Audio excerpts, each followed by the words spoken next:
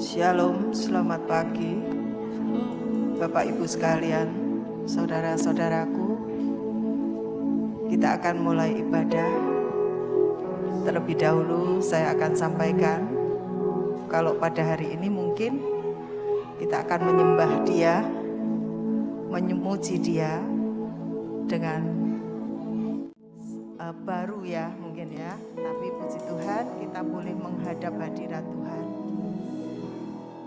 Kita akan memuji dan menyembahnya. Haleluya.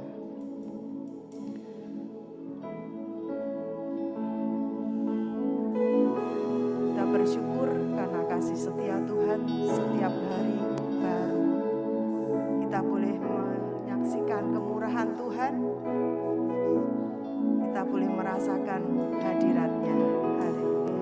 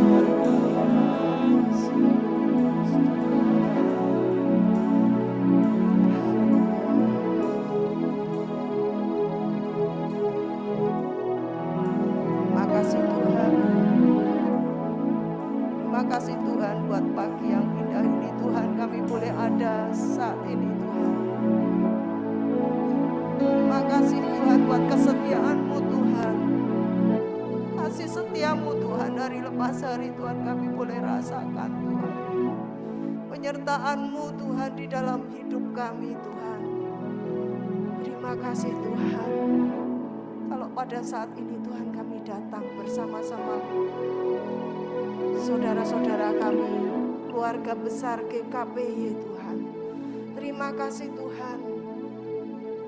Terima kasih Tuhan. Penyertaan-Mu yang sempurna sehingga kami boleh hadir di tempat ini dengan selamat Tuhan. Terima kasih Tuhan, kalau sebentar kami akan memulai ibadah pada pagi hari ini Tuhan. Engkau urapi kami semua Tuhan. Engkau jamah kami semua Tuhan. Engkau tolong Tuhan, bagi mereka yang saat ini Tuhan memerlukan Engkau Tuhan. Jamahan-Mu Tuhan, jamahan-Mu Tuhan tercurah atas mereka Tuhan. Mereka yang haus akan Engkau Tuhan. Mereka yang saat ini ada beban Tuhan. Mungkin saat ini sakit Tuhan, Kau jamah Tuhan. Kami tidak sendiri, kami bersama dengan Engkau Tuhan. Kami percaya Tuhan, Engkau pengharapan buat kami semua. Dikala kami sendirian Tuhan, Engkau ada. Dikala kami memerlukan Engkau, Engkau selalu hadir Tuhan. Terima kasih Tuhan. Jamahan-Mu Tuhan, ampuni segala dosa kami Tuhan, yang tidak kami sengaja Tuhan. Terima kasih Tuhan, Kau jamah kami semua. Seluruh peralatan yang ada, hamba-hamba-Mu yang melayani Tuhan, Engkau jamah Tuhan, terlebih jemaat-Mu yang hadir. Dan juga kami sebentar akan mendengarkan firman-Mu Tuhan, urapi Tuhan hamba-Mu. Biar semuanya kami pulang dengan berkat yang dari Engkau, kekuatan yang Kau berikan Tuhan melalui firman, pujian kami Tuhan. Haleluya, terima kasih Tuhan.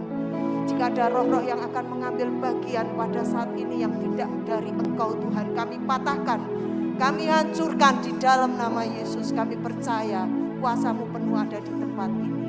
Terima kasih Tuhan, di dalam nama Yesus Tuhan kami. Haleluya. Yang percaya katakan amin. Puji Tuhan. Bagi saudara-saudara yang mungkin saat ini akan duduk, tidak apa-apa. Kita akan masuk dalam penyembahan, pujian penyembahan. Silahkan kalau mau duduk ya, tapi kalau tetap berdiri tidak apa-apa. Yesus Kau sungguh baik. Kita siapkan hati kita untuk menyembah Dia. Karena Dia adalah Allah yang agung, yang berkuasa. Ya saudara, mungkin di dalam keadaan kita satu sama lain tidak ada yang mengenal, tapi kita lepaskan beban-beban kita, karena Dia adalah Allah yang mendengar doa kita semua. Haleluya. Yesus Kau sungguh baik. Haleluya. Kau sungguh baik. Rasakan saudara, nama-Mu indah, Yesus. Ku cinta Kau selalu, ku tinggikan, ku agungkan selamanya. Yesus, Kau sungguh baik. Yesus, nama-Mu indah. Yesus, ku cinta Kau selalu, ku tinggikan, ku agungkan selamanya. Ku mau memuji-Mu, ku selalu puji-Mu. Ku mau menyembah-Mu, ku selalu sembah-Mu. Kau yang layak terima semua pujian, kemuliaan hanya bagi Tuhan. Mau memuji-Mu, haleluya. Kita tetap dalam menyembah Dia. Haleluya. Ku selalu sembah-Mu. Kau yang layak terima semua pujian, kemuliaan hanya bagi Tuhan. Semua kemuliaan dan keagungan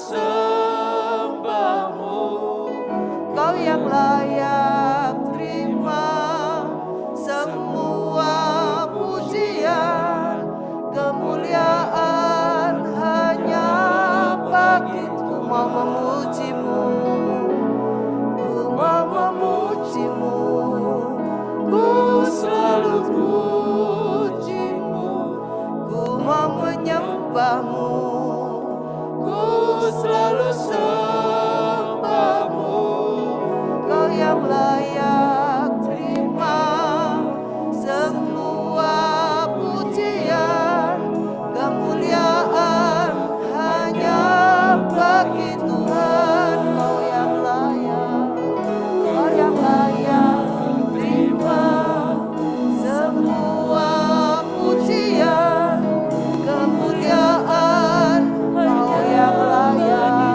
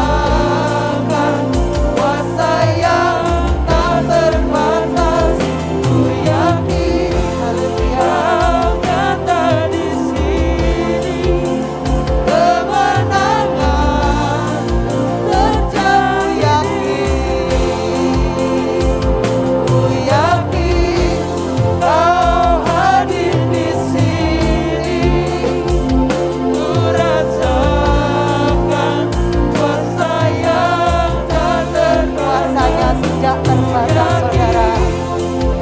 Bagi yang rindu Tuhan jamah kemenangan terjadi di tempat ini.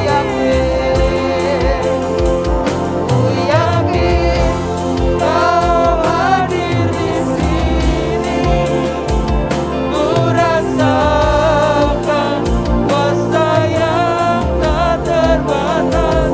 Ku yakin Kau nyata di sini. Kemenangan terjadi di setiap jiwaku. Setiap jiwaku memujimu, sungguh besar, sungguh besar, oh Yesusku. Setiap hatiku menyembahmu. Kau besar, Kau besar, Kau besar, Kau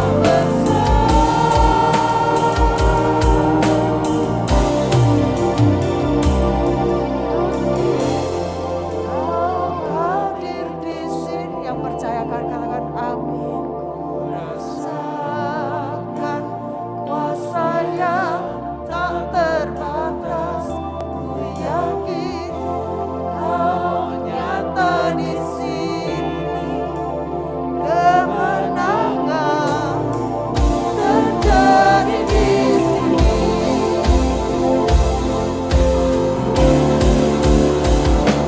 Yakin Kau hadir di sini.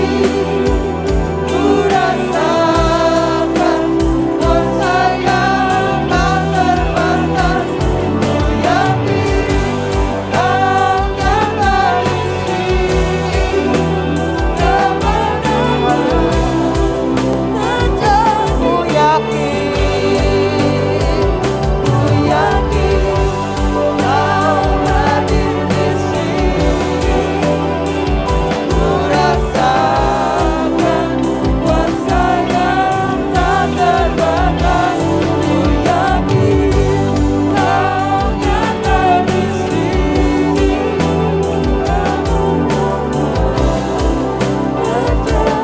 Ku yakin,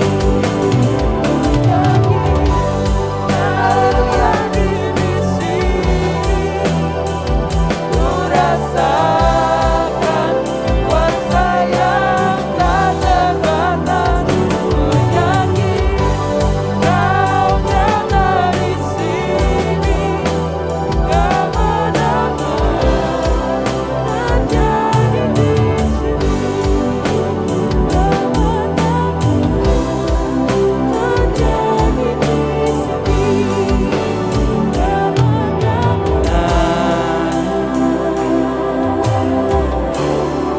terjadi di sini.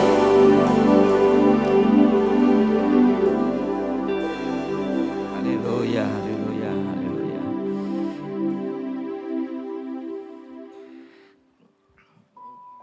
Kami merasakan hadirat-Mu hadir di tempat ini Tuhan. Begitu kuat. Kuasai ibadah ini Tuhan. Kiranya Engkau sendiri yang berkata-kata. Apapun Tuhan yang ingin Kau sampaikan. Kiranya kami semua dapat memahami, mengerti apa yang Kau inginkan. Terlebih kehidupan saat ini Tuhan yang kami rasakan begitu berat.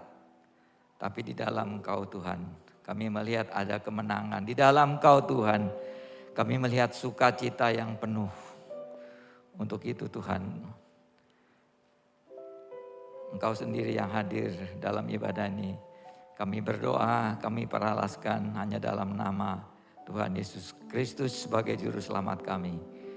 Semua yang percaya katakan amin. Amin. Selamat pagi menjelang siang Bapak Ibu Saudara sekalian. Saya minta izin untuk membuka masker ya. Kayaknya napasnya agak sesak gitu ya. Jaraknya cukup jauh jadi tidak masalah tertular COVID tidak masalah. Baik, hari ini kita masih ada apa yang kurang ya? Baik, firman Tuhan tema kita adalah seharusnya kita memiliki sukacita yang penuh. Kita baca dalam pembacaan dalam kitab kita yaitu Yohanes 15 ayat 11.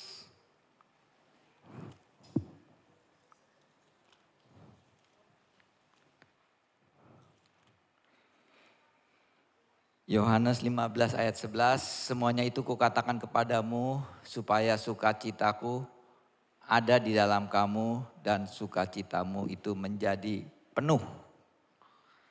Nah, ini Alkitab ditulis agar supaya kita memiliki sukacita yang penuh.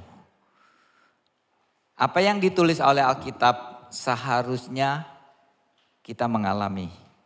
Apa yang ditulis Alkitab seharusnya kita dapati, tetapi kenyataannya hampir sulit dan kita tidak dapati. Mungkin ada yang berkata kadang-kadang saya sukacita, kadang-kadang tidak. Kadang-kadang kesedihan, kepahitan, susah begitu. Sukacita tidak ada. Jadi gimana Alkitab ini katakan, Tuhan katakan sukacita itu kita mesti miliki penuh dalam kehidupan kita. Sebetulnya tema ini kami mendapat inspirasi pada saat minggu kedua Pak Daniel khotbah. Banyak yang hadir kan khotbah minggu kedua Pak Daniel. Minggu ketiga kemarin ibadah tentang kemerdekaan. Ibadah kedua Pak Daniel khotbah dengan contoh-contoh yang nyata dalam kehidupan sehari-hari. Bagaimana kehidupan keluarga yang begitu sulit. Ya, suami tinggal di rumah, istri ada di mana. Suami sama istri katanya rumahnya dikasih tembok gitu. Ya kan, bahkan ada yang pulang kemana dan sebagainya.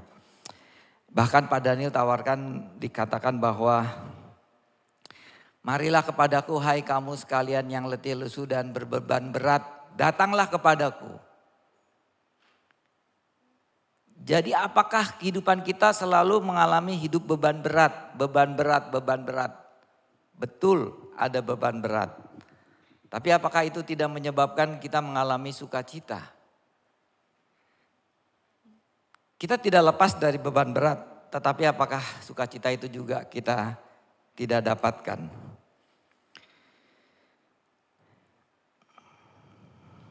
Maka badannya cerita di Alkitab dinyatakan di Perjanjian Lama bagaimana hubungan keluarga yang tidak baik di kitab Kejadian 4 ayat 8. Jadi rencana pembunuhan terjadi antara kakak dan adik. Persoalan pokok yang permasalahan banyak terjadi karena suami dan istri. Kerap kali terjadi ketegangan, orang tua dengan anak terjadi keributan. Mertua dengan anak, mertua dengan mantu. Untuk itulah firman Tuhan kita butuhkan. Injil ini Yesus Kristus adalah Injil menjadi kekuatan dan solusi kehidupan bagi umat manusia. Jalan keluar untuk memberi kelepasan, kesedihan, kesusahan, penderitaan dan hal-hal yang tidak menyenangkan. Ini solusinya. Mengapa satu keluarga yang rukun saling mencintai satu sama lain dapat juga bertengkar. Penyebabnya tentu berbeda-beda. Yang menjadi hakiki justru karena sesungguhnya mereka saling mencintai. Tapi mereka kerap kali bertengkar. Itu adalah paradoks yang terjadi dalam kehidupan manusia. Dan korelasinya adalah bagaimana Alkitab ini sendiri menerangkan bahwa hubungan antara suami istri, hubungan orang tua dengan anak yang dinyatakan dalam kitab Hosea. adalah hubungan antara Allah dengan umatnya, umat Israel. Nabi Hosea menggambarkan mulai dari Hosea pertama dikatakan bahwa hubungan ibarat suami dan istri. Bagaimana Allah mengizinkan umat Israel untuk menikahi wanita sundal.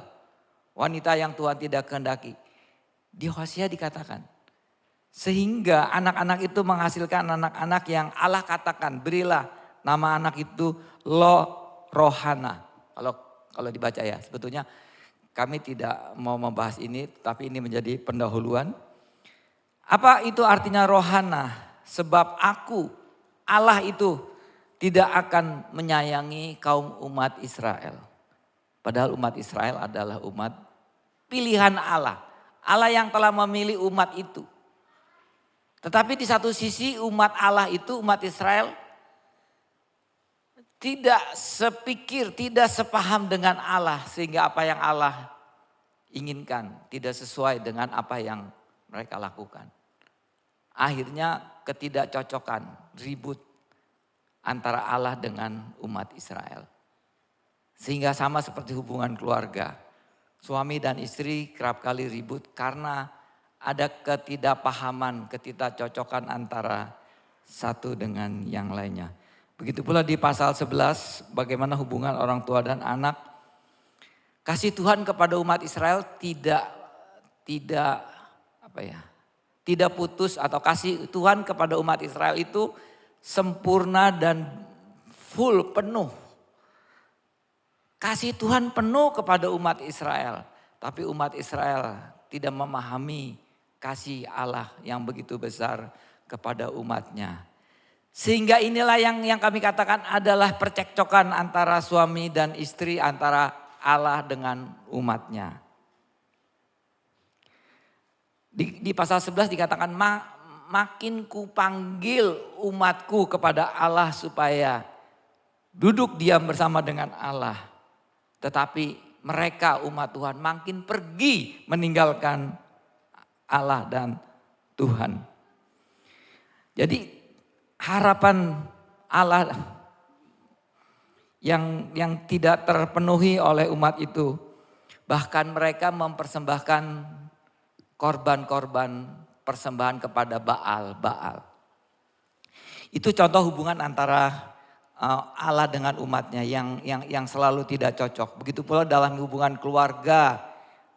Kami katakan ribut rukun. Kadang-kadang ribut-ribut. Rukun, damai-damai. Baik-baik sukacita. Gitulah yang terjadi dalam kehidupan. Minggu lalu Pak Daniel katakan bagaimana Esau begitu dendam kepada Yakub. Kakak adik bermusuhan. Yusuf dibuang ke sumur dan dijualnya oleh saudara-saudaranya. Hubungan keluarga yang tidak baik.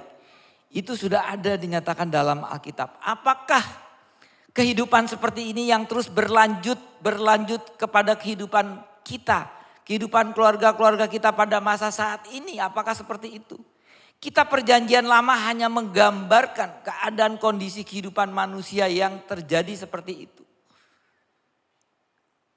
Apakah kita selalu mengalami beban berat dan letih lesu terus menerus dalam kehidupan seperti itu? Apakah tidak ada sukacita yang Allah janjikan kepada kita, kita dapati, kita miliki? Sehingga sukacita itu tidak nampak, tidak ada dalam kehidupan kita. Yang ada adalah susah, yang ada stres dan menderita. Suami baik, rohani, rajin, bertanggung jawab. Istri baik, istri rajin, istri yang baik. Seharusnya keluarga ini memiliki sukacita dan damai sejahtera. Apakah seperti itu nyatanya? Tidak juga. Tidak juga. Suami baik, bertanggung jawab, tidak berbuat dosa, tidak nakal, tidak mabok-mabok, tidak merokok, tidak. Baik, istri juga baik. Tapi hubungan mereka juga tidak baik.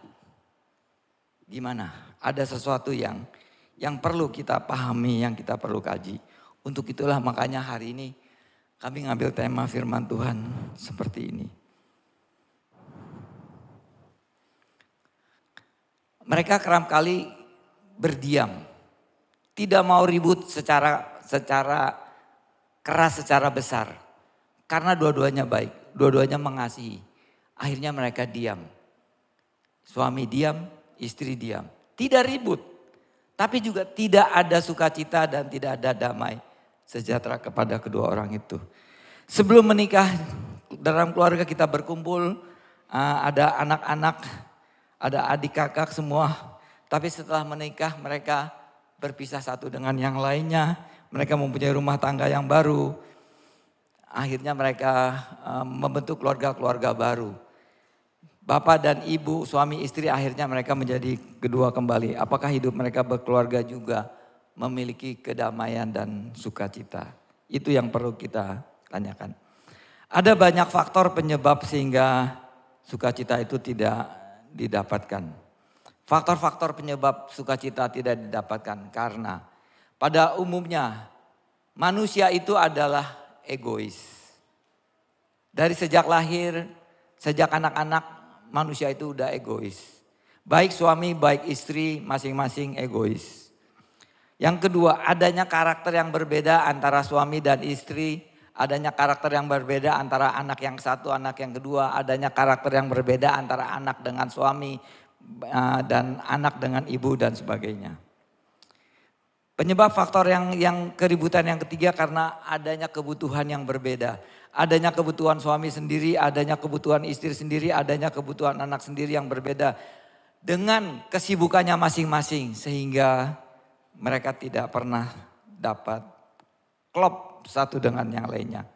Adanya pendidikan, adanya budaya yang berbeda, adanya lingkungan kebiasaan yang berbeda satu dengan yang lainnya. Misalkan adanya keluarga yang begitu tertib, semua mau teratur. Adanya keluarga yang lain biasa-biasa saja, tidak perlu tertib. Pokoknya ada begitu, pulang rumah, sampai ke rumah, si anak lempar sepatu gitu, sendal gitu dilempar aja. Si ibu ribut, sendalnya taruh di sana. Anaknya ngambil dengan hati jengkel, taruh. Cuci kaki, cuci tangan, ganti baju, baru masuk kamar. Gitu kan. Itu si ibu yang tertib. Si anak karakternya beda. Dia sih pokoknya pulang dia taruh aja di mana berantakan. Ya begitu terus begitu dalam kehidupan yang kerap kali tidak bisa menyatu. Ada pendidikan, ada budaya yang berbeda. Tambah lagi adanya faktor X. Faktor X itu faktor yang kita tidak tahu penyebabnya. Tapi ada di dalam setiap kehidupan umat, setiap kehidupan orang. Faktor X itu ada di dalam hati yang paling dalam. Yang mungkin timbul pada saat ada ketidaksukaan, ada tekanan, timbul pada saat ada intimidasi sesuatu kepada orang itu. Pada waktu anak-anak mungkin ada permintaan yang tidak disetujui. Sehingga ada kejengkelan faktor X yang ada di dalam hati yang paling dalam. Secara tidak terduga, faktor itu akan keluar timbul pada saat-saat suasana yang sesuai dengan dia. Timbul marah-marah, timbul emosi, timbul gerakan-gerakan yang tidak lazim lah. Dia banting pintu, dia tendang sini, tendang sana.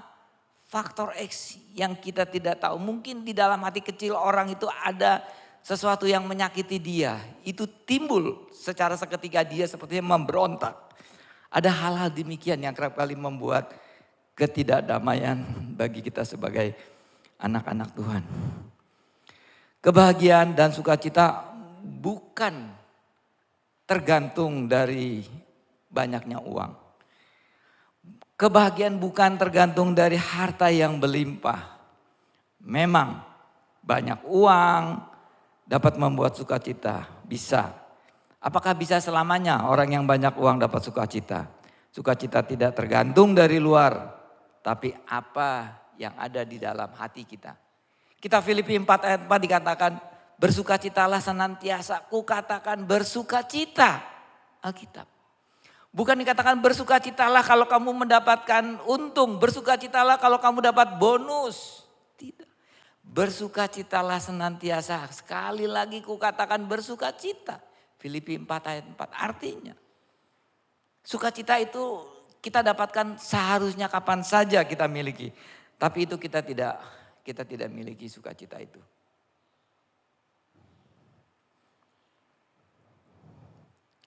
Kenapa pasangan suami istri itu kerap kali marah-marah? Baik suami marah atau istri marah. Karena adanya faktor egois. Pada saat misalkan suami lagi mau santai. Dia duduk di teras. Pintunya dibuka lah gitu kan. Karena biar angin masuk. Mau santai begitu. Tiba-tiba si ibu datang. Jangan buka pintu, nanti ada tikus masuk. Jangan buka pintu, nanti banyak lalat masuk, banyak nyamuk dan sebagainya. Hal-hal kecil yang kita dapati. Kalau kita tidak egois, mestinya suami mau itu diamkan sajalah. Dia mau menikmati dia. Si istri tidak mau tutup pintu. Tidak mau ada nyamuk, tidak mau ada lalat, tidak mau ada tikus, tidak mau ada kecoa. Ribut. Merasa terganggu kenyamanan dari suami. Kehidupan sehari-hari. Ciri-ciri orang egois adalah kecenderungan untuk memprioritaskan keinginan dan kebutuhan sendiri di atas kebutuhannya. Dan di atas keinginan orang lain. Orang egois. Orang egois tidak bisa menepati janji. Suka membuat janji palsu. Ucapannya tidak sesuai dengan tindakan. Tidak ada pada saat dibutuhkan. Datang di saat tidak ada orang. Bersifat narsistik. Yaitu mereka melakukan semua yang untuk mereka sendiri. Menarik perhatian orang. Pengakuan dari orang, sombong, iri hati dan dengki. Kekristenan itu intinya adalah kasih. Semua udah tahu itu. Yesus mengajarkan kasih. Seringkali kita abaikan hal ini. Kita menganggap bahwa kekristenan hanya tata cara bagaimana kita beribadah setiap minggu ke gereja. Bagaimana kita memperlihatkan kita rajin baca Alkitab. Bagaimana kita rajin berdoa. Bagaimana kita meningkatkan kebatinan kita tingkatkan dari waktu ke waktu. Padahal itu bukan yang menjadi utama. Atau kita memaksakan hukum, memaksakan aturan-aturan apa yang dikatakan Alkitab. Kita mengikuti apa yang dikatakan Alkitab, mengikuti aturannya, apa yang disampaikan kita ikutin itu. Bukan itu, semata-mata kekristenan bukan itu. Banyak contoh kehidupan nyata yang kerap kali kita lihat yang tidak sesuai dengan apa yang diajarkan oleh Alkitab. Kalau kita lihat televisi, ya televisi kan banyak orang-orang tidak seiman dengan kita. Tapi kita lihat banyak terjadi bagaimana suami bunuh istri, bagaimana istri bunuh suami, bagaimana bapak membunuh anak, bagaimana anak membunuh bapak, bagaimana ibu membunuh anak, bagaimana anak membunuh dan seterusnya. Itu terjadi. Yang kedua, kisah viral yang saat ini ramai berbulan-bulan tidak selesai.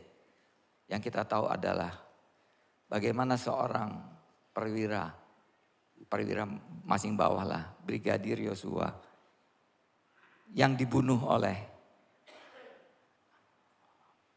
lingkungannya di rumah atasannya. Kita melihat di sini mereka adalah orang Kristen yang dibunuh, yang membunuh, yang menjadi pengacara, semua orang Kristen. Dari kasus ini kita lihat apa yang banyak sekali yang kita tangkap dari kasus ini yang menjadi viral di televisi terus berbulan-bulan semua TV menayangkan ini. Banyak hal baik yang kita tangkap dalam pelajaran ini. Adanya perselisihan, adanya dendam, adanya fitnah, adanya emosi, ada yang disembunyikan, ada kebohongan. Semuanya itu kita tidak tahu. Sehingga jangan sampai kejadian ini terjadi di lingkungan keluarga kita. Kalau hal itu terjadi, menyakitkan sekali. Karena apa? Pepatah mengatakan, habis gelap terbitlah terang. Kalau ini kejadian, habis terang terjadilah gelap. Susah kan? Keluarga-keluarga yang baik, kalau ada kebohongan, kalau ada perselisihan, kalau ada dendam, kalau ada fitnah, ada emosi, ada yang disembunyikan, keluarga juga akan hancur. Mana ada sukacita penuh kita dapatkan, kita tidak akan mendapatkan itu. Yang kita dapatkan kehidupan kita sehari-hari. Kita mengalami perjalanan hidup seperti biasa orang tidak percaya kepada Tuhan. Yang kedua, kisah nyata. Ini kisah nyata bukan cerita-cerita dongeng atau apa. Yang kedua, saya punya teman. Dia sudah berkeluarga 20 tahun. Kemarin Pak Daniel banyak khotbah begitu juga, saya ikutin. Dia hidup berkecukupan. Punya rumah, punya mobil. Tapi tidak ada kursi tamu. Tidak ada kursi tamu. Bukan tidak punya uang loh. Tidak punya kursi tamu. Saya telepon dia. Gimana kabarnya sebagai teman sekolah kan. Baik-baik bla bla bla bla, kita baik. Kita ketemu bicara-bicara, aku datang ke rumah kamu ya. Pak Stef, jangan datang ke rumah saya. Loh kenapa gak boleh datang? Oke teman kok baik-baik. Jangan datang. Kenapa? Saya malu. Kenapa malu? Orang dia punya uang. Kenapa kamu malu? Karena kamu kagak mencuri. Tidak bohongin orang. Tidak menipu. Kok malu? Kenapa malu? Enggak Pak Stef. Di rumah saya gak ada kursi tamu. Loh kenapa kursi tamu aja kagak ada? Terus dia cerita. Saya mau beli kursi tamu ini. Suami saya tidak setuju. Terus si suami mau beli kursi tamu seperti hanya kursi tamu, mau beli kursi tamu ini. Istrinya tidak setuju. Selalu kalau mau beli tidak setuju. Akhirnya udahlah kita kagak beli. Aneh-aneh kan. Nyata ini loh. Orang Kristen loh, bukan orang tidak Kristen. Sukacita penuh. Orang-orang dua-duanya baik. Dua-duanya baik, bukan mabok-mabokan. Kalau suaminya tidak baik ya mabok-mabokan, tidak ke gereja, istrinya baik, mungkin sukacita penuhnya sulit terjadi. Atau kebalikannya, suaminya baik, istrinya mungkin tidak. Mungkin sulit. Dua-duanya baik, tapi apakah mendapat sukacita? Nah, ada lagi contoh yang lain. Ada keluarga, ini teman-teman baik juga, teman baik saya, teman-teman dekat. Ada keluarga, dia berkeluarga. Si suami kerja dari bawah sampai terakhir mau pensiun, dapat jabatan yang tertinggi. Dia menjadi direktur di perusahaan. Istrinya juga menjadi direktur di perusahaan. Dua-duanya keluarga baik, keluarga Kristen taat, keluarga pelayanan. Dua-duanya melayani Tuhan. Di rumahnya ada komsel, tambah apa lagi? Sering baca Alkitab. Sering berdoa, ya kan? Udah hampir lengkap. Apalagi ya yang kita tidak lain. Kita aja kadang-kadang mungkin ada kurang. Uang berkecukupan, tinggal di Australia. Anaknya sekolah di Australia. Dua-duanya sudah lulus di Australia. Dua-duanya sudah menikah, anaknya semua menikah, sudah punya anak. Tapi lihat ada beban yang dia alami. Anaknya pergi meninggalkan rumah. Ada istri, ada anaknya. Si anak ini laki-laki, ada istri, ada anaknya. Pergi meninggalkan rumah. ketemu sama istri saya, dia bercerita.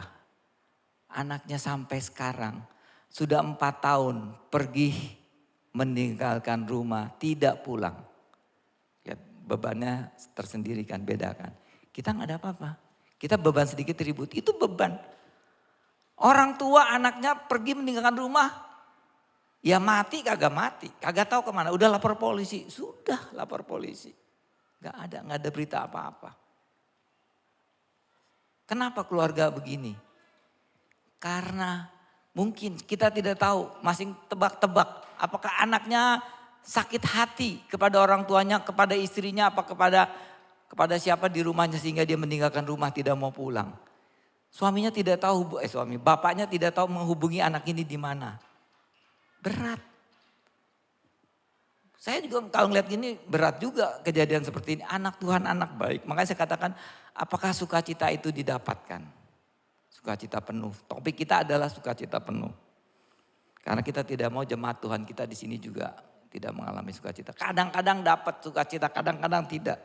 Alkitab katakan aku akan memberikan sukacita penuh kepada umat Tuhan. Coba rasakan. Kita pikirkan. Kita sudah berapa lama berkeluarga? 5 tahun, 10 tahun, 20 tahun, 40 tahun. Kita sudah percaya kepada Tuhan berapa tahun? Apakah kita sudah mendapatkan sukacita penuh dari Tuhan? Kalau yang berkeluarga, kalau yang orang tua, oma atau opa yang sudah ditinggalkan suami, ditinggalkan istri yang duda atau yang itu. Dia hidup sendirian. Anak-anak udah pada menikah, berkeluarga sendiri-sendiri. Kerinduannya orang tua supaya anak datang mengunjungi orang tua. Anak tidak datang-datang. Orang tua mengharapkan. Anak datang tapi tidak datang. Sedih loh hati orang tua.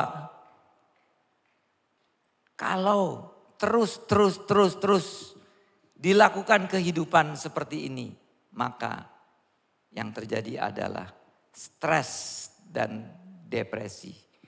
Tidak ada sukacita. Nah, Bapak dan Ibu Oma sekalian yang dikasih Tuhan. Kalau kita mengalami hal seperti ini, kalau anak tidak mau mengunjungi, kita tidak bisa memaksa. Karena dia ada kesibukan sendiri.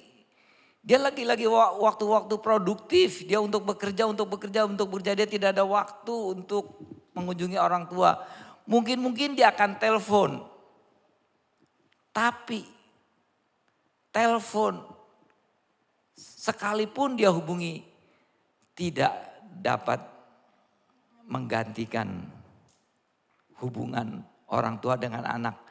Kalau dia datang ke orang tua, kemudian terjadinya pertemuan tatap muka, face to face, adanya salaman, adanya pelukan yang diinginkan orang tua, itu tidak sama atau tidak sesuai.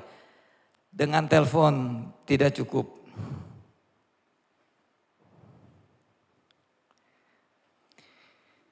Bila kita ketemu dengan teman atau saudara, kita akan bersalam satu dengan lain, dulu salaman. Sekarang kita hanya begini saja. Karena takut ada penularan. Kita mengangkat tangan dan kita jaga jarak salam. Tidak salaman, kita tempel tangan. Karena semuanya ada virus COVID. Mencegah penularan. Bila kondisi sudah membaik, mungkin perjumpaan, touch tangan dengan tangan itu juga baik. Jadi perjumpaan itu tidak bisa ditukar dengan telepon, tapi bisa dengan tangan.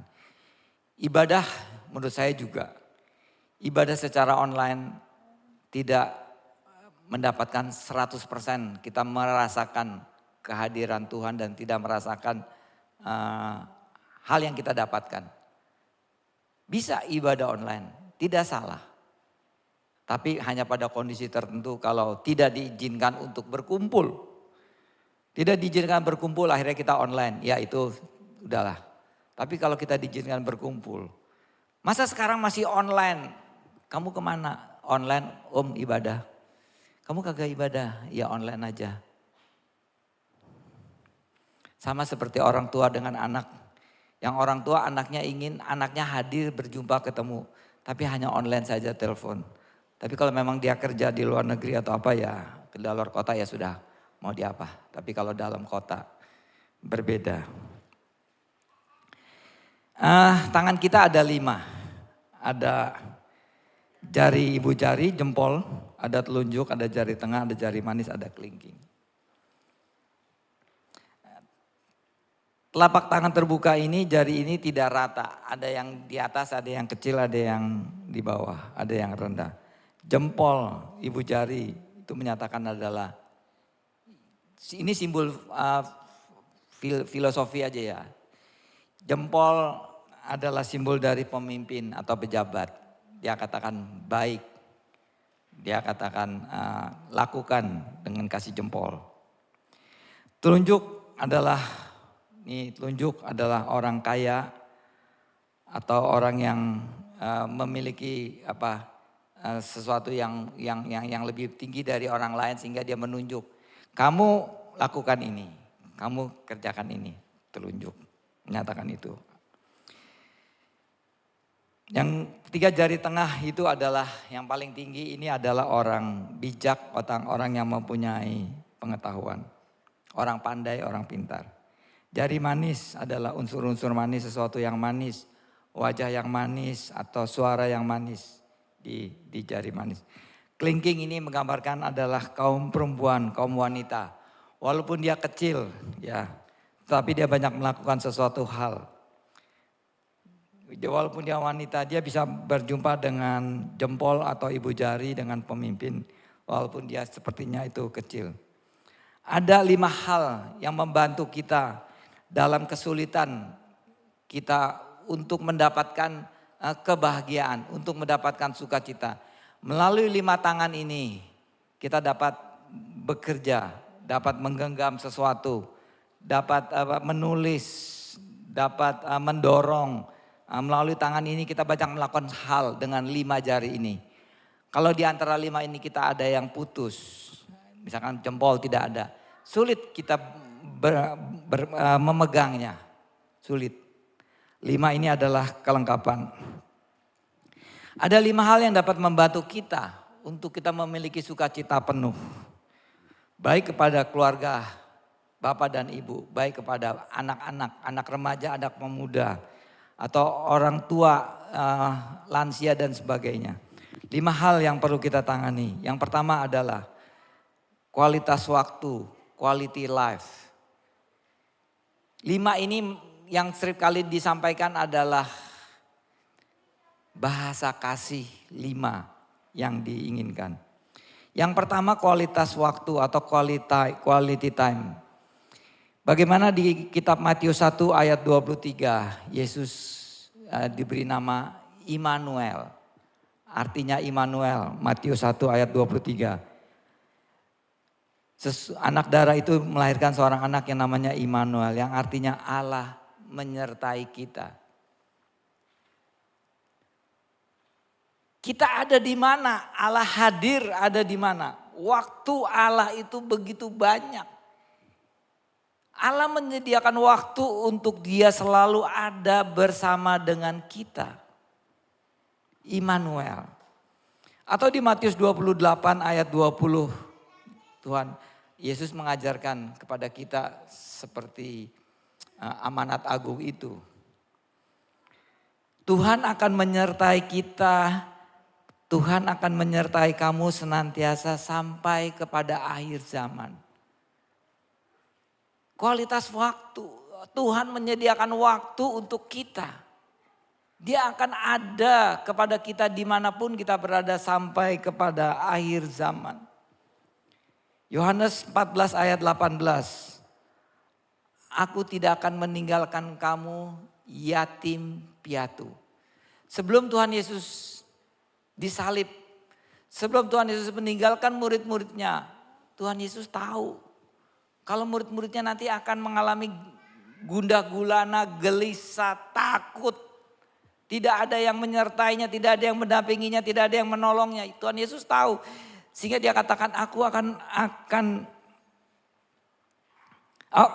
tidak akan meninggalkan kamu sebagai piatu sendirian. Aku akan memberikan kamu penolong, yaitu Roh Kudus.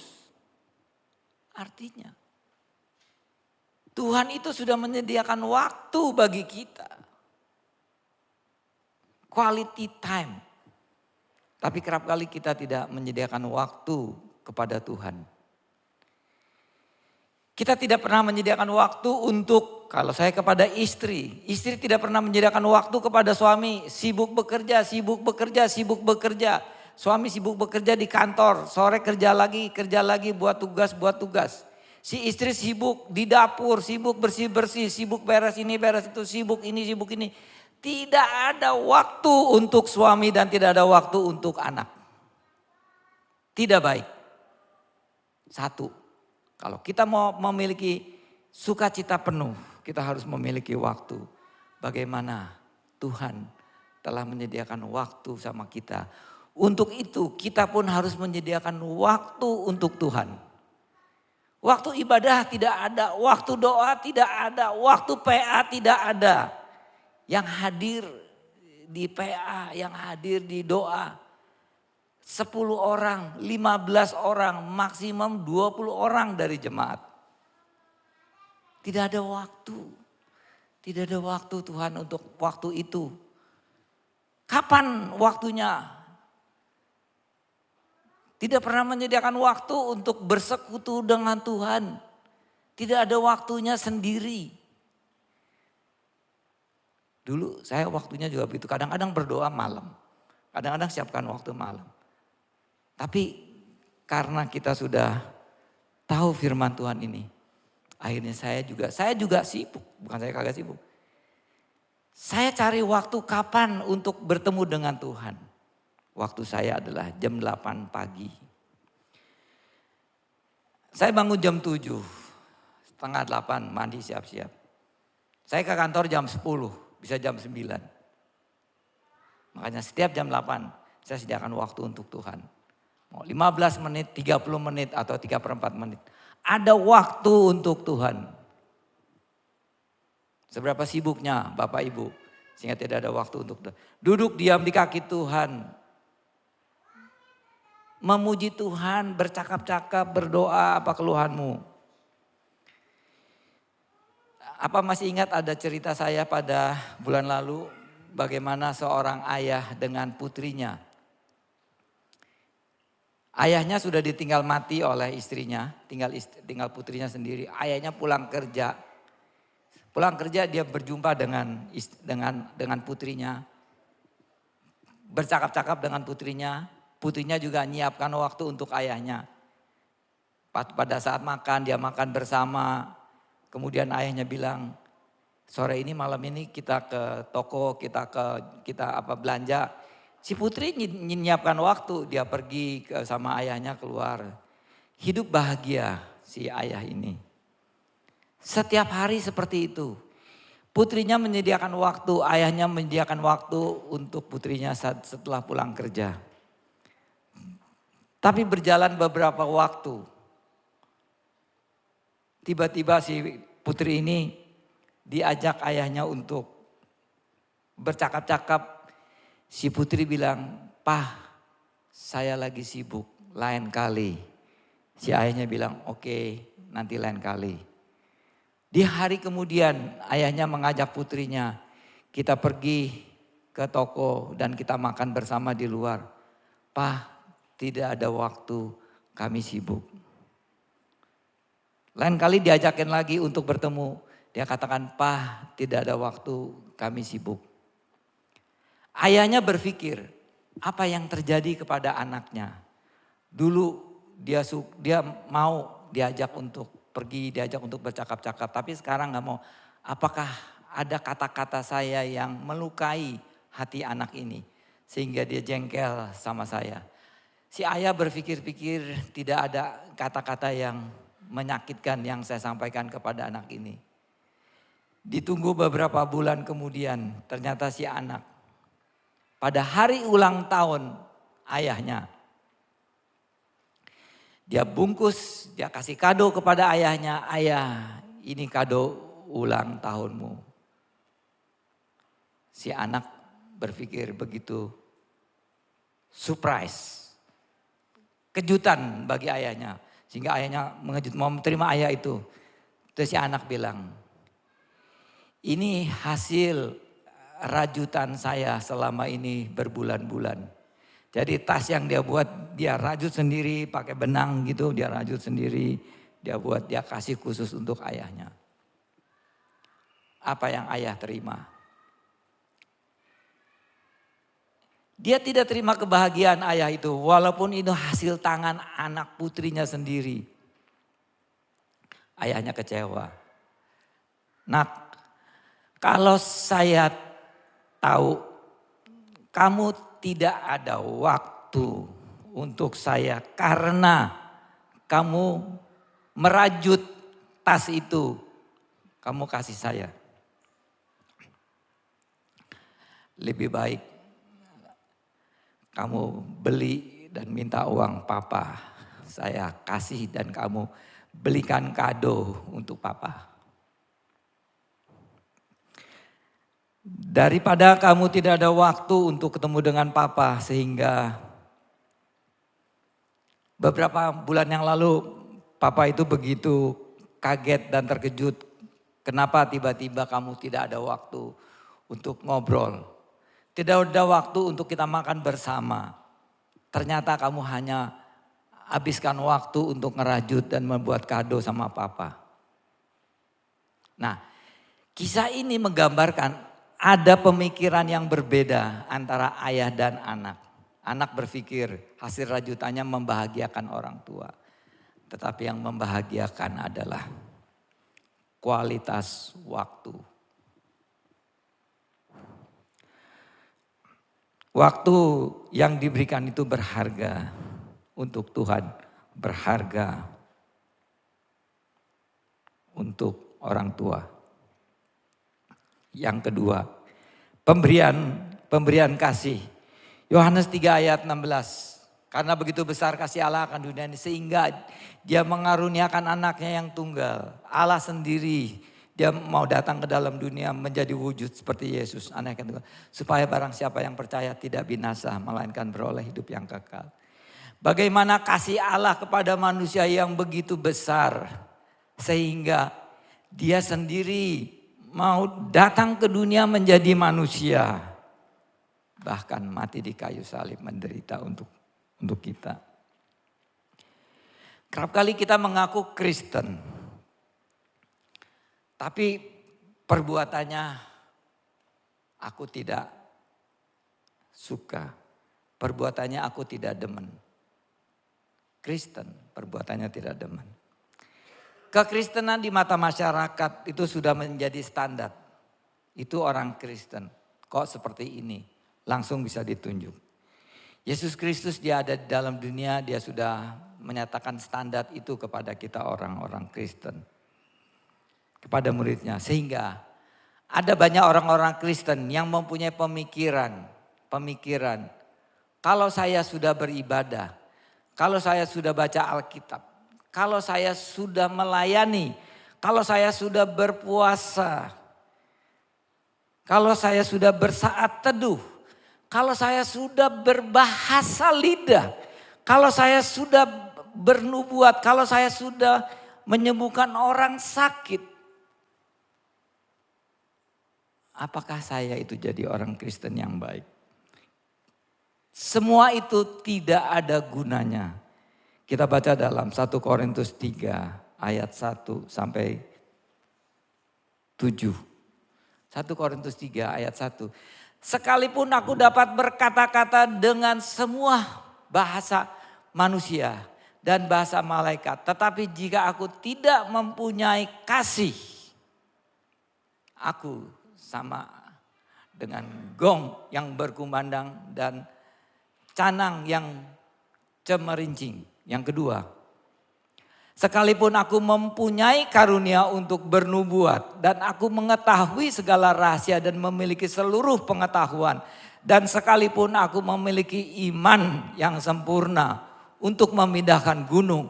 Tetapi jika aku tidak mempunyai kasih, aku sama sekali tidak berguna. Dan sekalipun aku membagi-bagikan segala sesuatu yang ada padaku, bahkan menyerahkan tubuhku untuk dibakar, tetapi jika aku tidak mempunyai kasih, sedikit pun tidak ada faedahnya bagiku. Yang keempat, kasih itu sabar, kasih itu murah hati. Ia tidak cemburu, yaitu tidak memegahkan diri, dan ia itu tidak sombong. Ia tidak melakukan yang tidak sopan, dan ia tidak mencari keuntungan diri sendiri. Ia tidak pemarah, ia tidak menyimpan kesalahan orang lain. Ia tidak bersukacita karena ketidakadilan, tetapi karena kebenaran. Ia menutupi segala sesuatu, percaya segala sesuatu, mengharapkan segala sesuatu, sabar, menanggung segala sesuatu. Kasih tidak berkesudahan, nubuat akan berakhir, bahasa roh akan berhenti, pengetahuan akan lenyap. Apa yang harus kita perbuat sebagai orang-orang percaya? Bagaimana kita untuk mendapatkan sukacita penuh? Salah satunya adalah kasih. Bukan karena banyaknya kamu pelayanan, bukan karena banyaknya kamu membaca Alkitab, bukan karena kamu sering banyak berdoa, bukan karena kamu bernubuat, bukan kamu menyembuhkan orang sakit. Tapi kalau tidak ada kasih, tidak ada gunanya. Bagaimana suami tidak mengasihi istri, bagaimana istri tidak mengasihi suami. Bagaimana pertengkaran itu terjadi, bagaimana tidak ada pengertian satu dengan yang lainnya. Bagaimana si istri ngomel-ngomel, bagaimana suami ngomel-ngomel. Bagaimana yang dia lakukan terhadap istri dan suami, begitu pula bagi anak. Bagaimana sukacita penuh itu bisa timbul. Bagaimana timbul sukacita penuh kalau kehidupan kita terus berjalan seperti ini dan seperti ini. Apa yang dikatakan Alkitab menjadi pedoman dalam kehidupan kita. Ini yang menjadi utama yang harus kita lakukan. Yang ketiga, kata-kata positif, word affirmation. Banyak kita jumpai anak Tuhan rajin berdoa, baca Alkitab, rajin ibadah, bahkan berpuasa. Tapi hidupnya sehari-hari banyak ngomel, cerewet, menyalahkan, menuduh, bahkan berkata-kata kasar. Bagaimana kata-kata positif itu yang menyenangkan? Kalau orang-orang yang sudah terkenal, saya bacakan beberapa filosofinya mereka supaya kita tahu kata-kata positif. Bagaimana Bunda Teresia, dia mengatakan, sebarkan cinta kemanapun kamu pergi. Bagaimana Albert Einstein, dia mengatakan, kamu tidak pernah gagal sampai kamu berhenti mencoba. Jadi kalau terjadi kesalahan-kesalahan, jangan berhenti. Kamu tidak pernah gagal. Apa yang dikatakan oleh Mark Twain, rahasia untuk maju jika kita memulai pekerjaan. Apa yang dikatakan oleh Joyce Meyer, penginjil di Amerika. Tidak ada kata terlambat untuk memulai awal baru dalam kehidupanmu. Kata-kata positif yang lain. Pemandangan terbaik, apa yang kita lihat yang baik setelah pendakian tersulit yang kita alami. Baru kita lihat pemandangan yang begitu indah. Berpikir positif, hal-hal positif akan terjadi. Ketika kamu berfokus kepada yang baik, maka yang baik menjadi lebih baik. Jika kamu ingin terbang, naik tinggi, jika kamu ingin naik level, lepaskan beban kamu. Jangan kamu pegang terus beban itu sehingga memberatkan kamu dan kamu tidak naik level dan kamu tidak akan bisa terbang. Bagaimana Rut berkata kepada Boas di kitab Rut 2 ayat 13. Boas selalu berkata positif kepada Rut, padahal Rut itu adalah bangsa Moab. Padahal Rut itu adalah seorang janda yang tinggal mati oleh suami. Rut itu tidak punya apa-apa. Rut itu tidak punya pengetahuan. Tapi Boas selalu berkata positif kepada Rut. Rut juga tidak banyak yang baik. Tapi Boas tidak pernah menyatakan hal-hal yang tidak baik. Tidak dinyatakan. Kamu ini, kamu gini. Tidak. Begitu pula dalam Ibrani 13 ayat 12. Paulus sering menasihatkan kepada jemaat di Ibrani. Peliharalah kasih persaudaraan di antara kamu. Yang keempat, pelayanan. Markus 10 ayat 45. Markus 10 ayat 45. Anak manusia datang bukan untuk dilayani, melainkan untuk melayani dan untuk memberikan nyawanya menjadi tebusan bagi banyak orang. Yesus datang ke dunia bukan untuk dilayani, tapi dia mau melayani kita. Kita memberikan pelayanan kepada Yesus adalah karena Allah telah mengasihi kita sehingga kita mengasihi sesama kita, kita saling melayani di antara kita. Tampilkan foto, ada foto. Nah ini ada foto. Bagaimana seorang anak yang kira-kira berumur berapa ya? 7, 8, atau 10 tahun. Ini foto viral di Jepang. Saya ambil viral di Jepang. Seorang anak yang menggendong adiknya. Ini adiknya bukan tidur, tapi adiknya sudah mati. Adiknya sudah mati. Foto ini disebarkan di Jepang. Sehingga orang-orang Jepang berkata kepada anak ini, kenapa kamu masih gendong terus adik kamu? Sudah dikuburkan di situ, dicari tempat kuburan untuk menguburkannya. Kakak yang menggendong adik ini dia berkata, dia tidak berat. Dia adikku. Jika dia jatuh, aku akan angkat. Jika dia capek, aku akan bantu. Jika dia lemah, aku akan kuatkan. Jika dia salah, aku maafkan. Jika semua orang meninggalkannya, aku akan bawa. Dia di atas pundakku, sungguh dia tidak berat. Dia adikku. Nah, foto ini menginspirasi kita bagaimana hubungan keluarga yang begitu dekat, yang begitu intim, batin, hati antara kakak dan adik.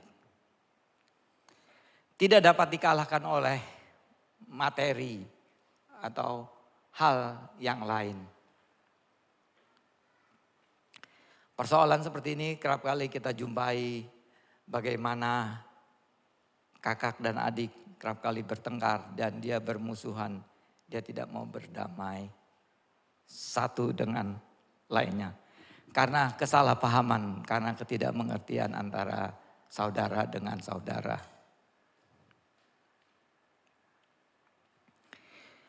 Yang kelima, sentuhan yang kelima adalah sentuhan. Kehadiran teknologi tidak bisa menggantikan peran kehadiran seorang secara nyata, face to face. Kunjungan atau kehadiran menyatakan adanya perhatian. Itulah kenapa banyak pasangan yang menjalani hubungan jarak jauh, berpacaran jarak jauh antara kota dengan kota, apalagi luar negeri. Kerap kali itu kandas di tengah jalan. Banyak orang tua yang merindukan kehadiran anaknya dan anaknya tidak memahami kerinduan orang tua. Sehingga akan merasa kesepian dan perlahan-lahan akan mengalami depresi. Sentuhan ini jangan dianggap remeh. Karena ini salah satu cara berkomunikasi yang paling baik. Dapat menguatkan hubungan antara yang satu dengan yang lainnya. Perkataan I love you, saya mengasihi kamu. tidak ada artinya 100 kali kamu katakan I love you. Dengan 1 kali kamu peluk dia. Kehadiran secara langsung dengan pelukan. Orang mencegah terjadinya pertengkaran dan kecekcokan. Sentuhan dapat memberikan keintiman hubungan. Baik suami istri, baik orang tua dan anak, baik mantu dan mertua. Bagaimana kitab Roma 16 ayat 16 dikatakan, bersalaman-salamanlah kamu dengan yang lainnya dengan cium kudus. Jangan salah nih anak remaja pun, cium kudus ya, bukan cium-cium biasa ya. Alkitab ini. Jadi saudara dengan saudara dicium kudus. Begitu pula banyak ayat lain yang Paulus catatkan bahwa sentuhan itu memberikan kedamaian, kerinduan, melepaskan kerinduan dan kedahagaan bagi mereka yang perlukan. Pemain musik supaya naik ke depan.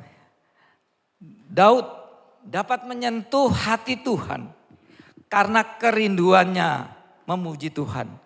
Kerinduannya dekat dengan Tuhan. Kerinduannya bersekutu dengan Tuhan. Walaupun Daud berbuat dosa, tetapi Tuhan berkenan kepadanya karena kerinduannya kepada Tuhan. Satu ayat terakhir, maaf ini agak panjang. Kami mau jemaat untuk memiliki sukacita yang penuh. Mazmur 133 ayat 1 sampai 3 apa yang dikatakan.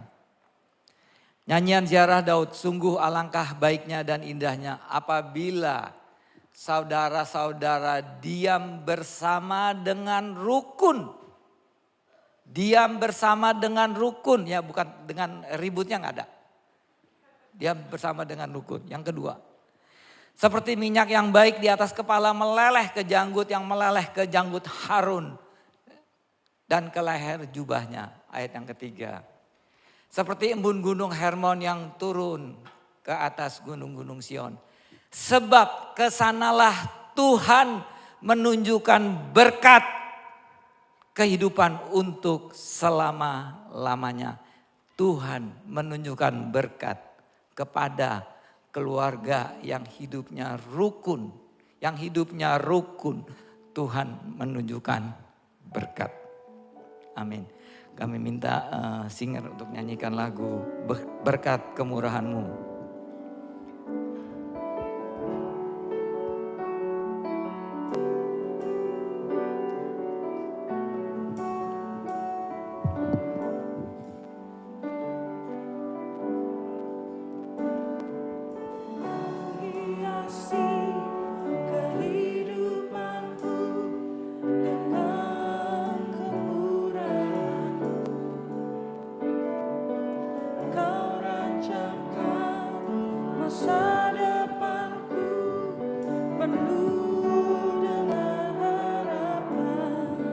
Pak Jonathan untuk berdoa.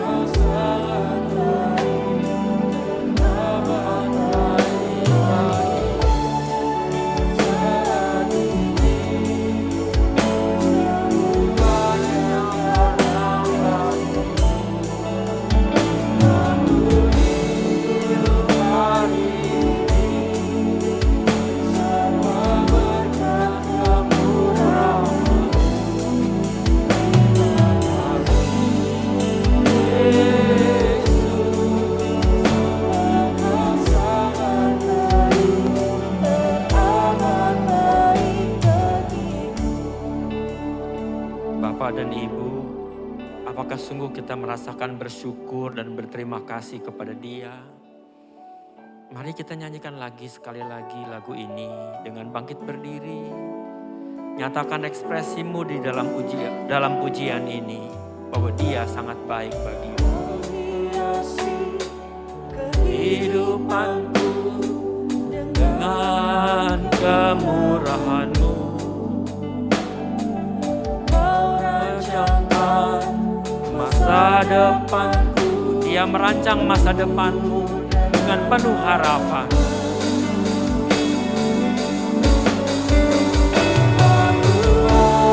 Kita ada saat ini semua karena kasih Tuhan. Aku ada saat ini semuanya berkat kemurahan Tuhan. Thanks Lord Jesus. Karena Engkau sangat baik. Sangat baik. Semuanya karena kasih-Mu. Aku hidup hari ini. Semuanya berkemurahan. Terima kasih Yesus. Engkau sangat baik.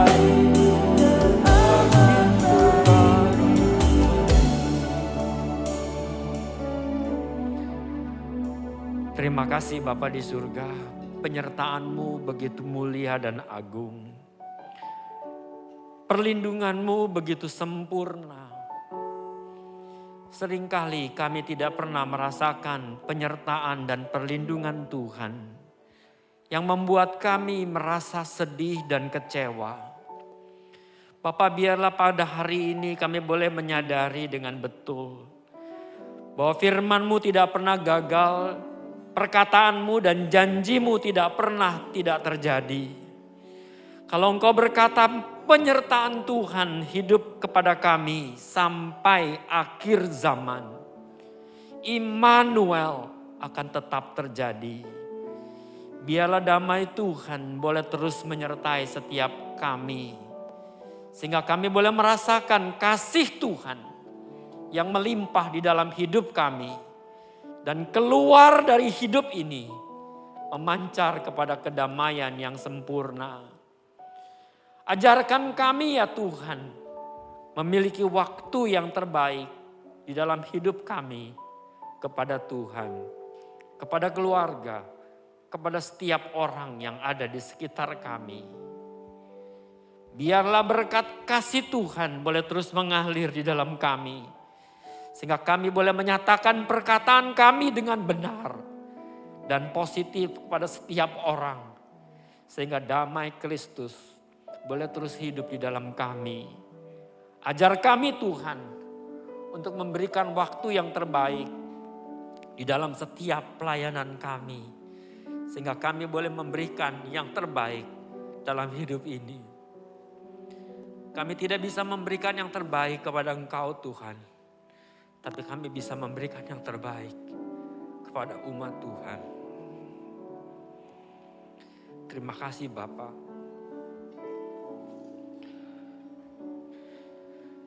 Jadilah kehendak-Mu bagi kami. Di dalam nama Yesus, berkat dan kemurahan Tuhan boleh jadi bagi kami semua. Amin.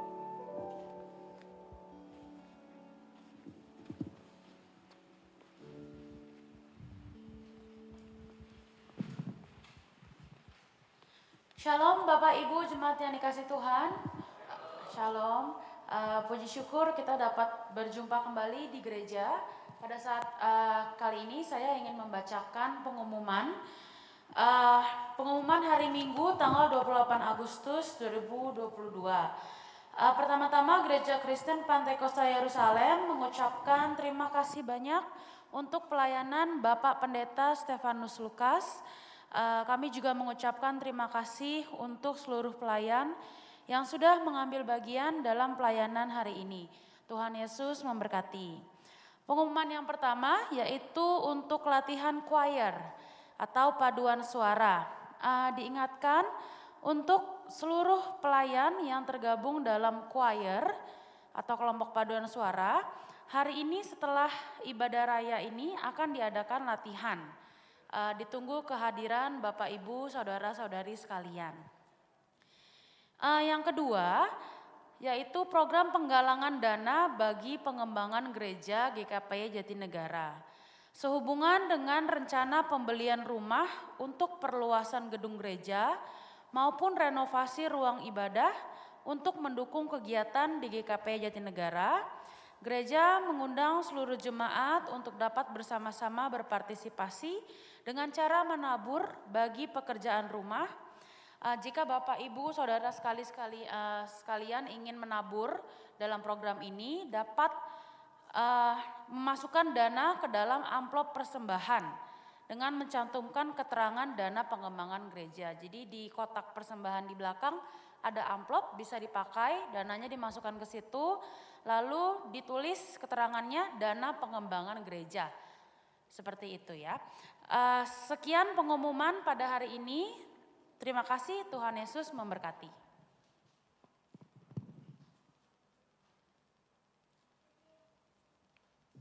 Saya undang untuk Pak Pendeta Yonatan Lukas untuk berdoa. Mari kita berdiri semua jemaat.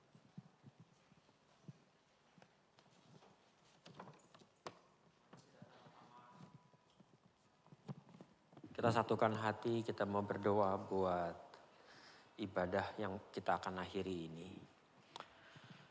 Bapa di surga, kami datang kembali kepada Engkau, Allah kami yang hidup, yang maha kasih dan mulia.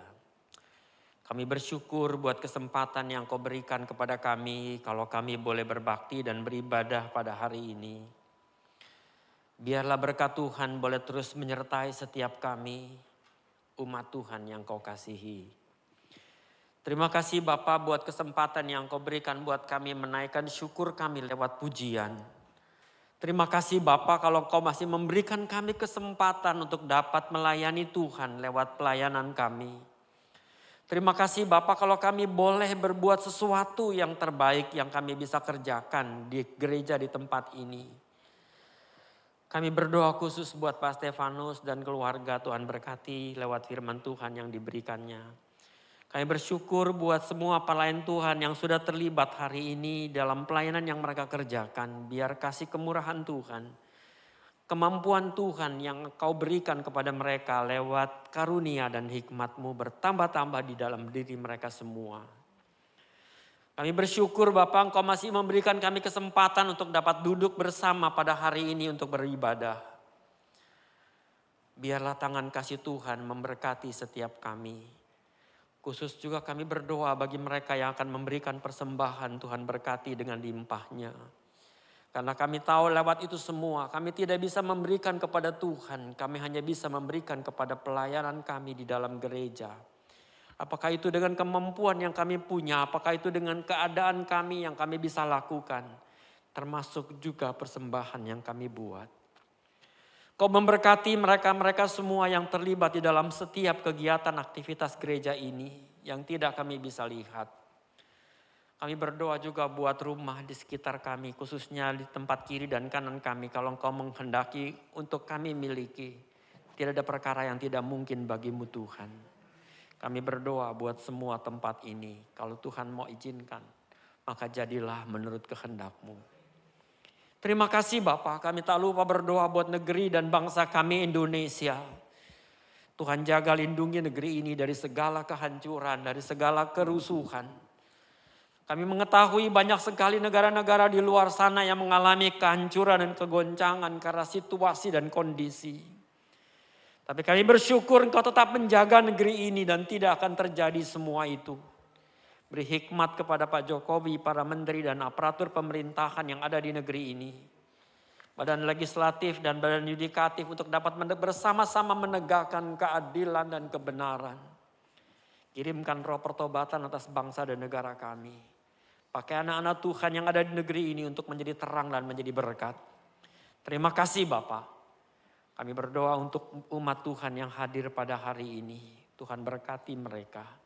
Mari kita angkat tangan sama-sama. Turunlah kiranya berkat Allah damai sejahtera dan sukacita dari Allah yang maha tinggi, anugerah kasih dan kemurahannya turun melimpah di atas hidupmu lewat Yesus Kristus Tuhan, dan penyertaan Roh Kudus menyertai kita sekalian. Jadilah terang, jadilah berkat, mulai dari keluargamu, tetanggamu, lingkungan di mana kau ada, pekerjaanmu, usahamu, studimu, bahkan dimanapun kita ada. Nama Tuhan dimuliakan. Berkat itu mengalir dari dalammu, keluar dalam sukacita dan damai. Dalam nama Yesus kami berdoa.